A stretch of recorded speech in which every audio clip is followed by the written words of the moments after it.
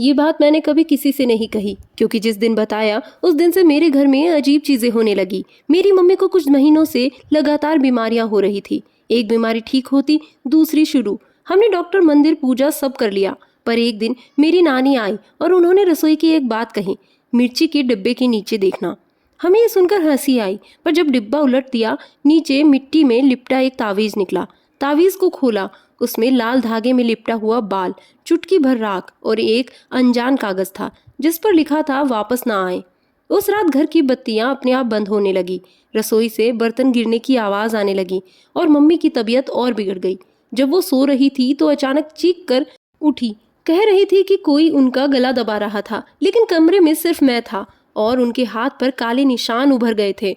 हमने तावीज को जलाया, पर जलते समय उसमें से काली धुआं और औरत की चीख आई। पंडित ने कहा ये किसी ने भेजा था, किसी ने मिर्ची में मिलाकर मौत बुलाने के लिए।